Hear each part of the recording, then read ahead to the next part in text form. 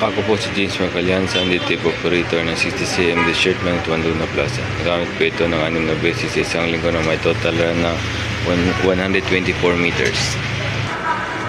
Ito po yung head, cupping, at wiper.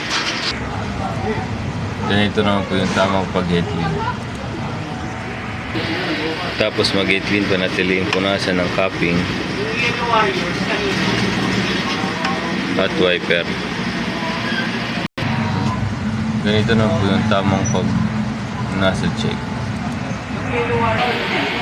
Buo naman po. Ito yung waste tank, kapalitan nito kahapon, EBR. Ito naman yung ink tank niya sa tamang level na naman po. Ito naman yung mga use at unused.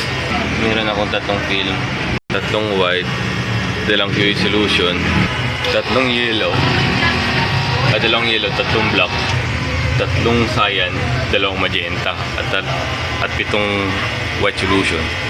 Ito naman yung weekly physical inventory ng 60cm, updated naman po.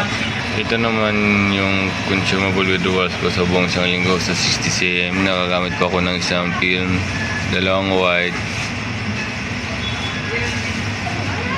isang yellow, isang black, at isang green solution. Ito naman yung daily output recording ng 60cm from October 19 to October 25, updated naman po. Ito naman yung DTF monthly maintenance checklist ng 60cm, updated din naman po. At dito na po magtatapos yung vlog po. Maraming salamat po.